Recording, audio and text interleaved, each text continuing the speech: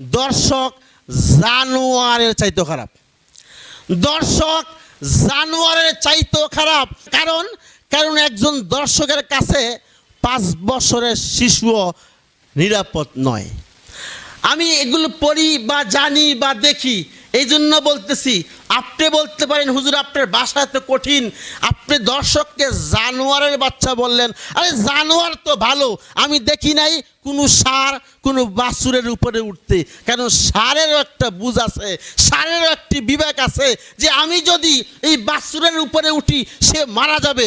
তো দর্শকের এই বিবেকটাও নাই, দর্শকের কাছ থেকে মাসুম বাচ্চাও নিরাপদ নয়, বৃদ্ধা মহিলাও নিরাপদ নয়। এই জন্য সে গরুর চাইতে খারাপ, এই দর্শক জানোয়ারের চাইতে খারাপ।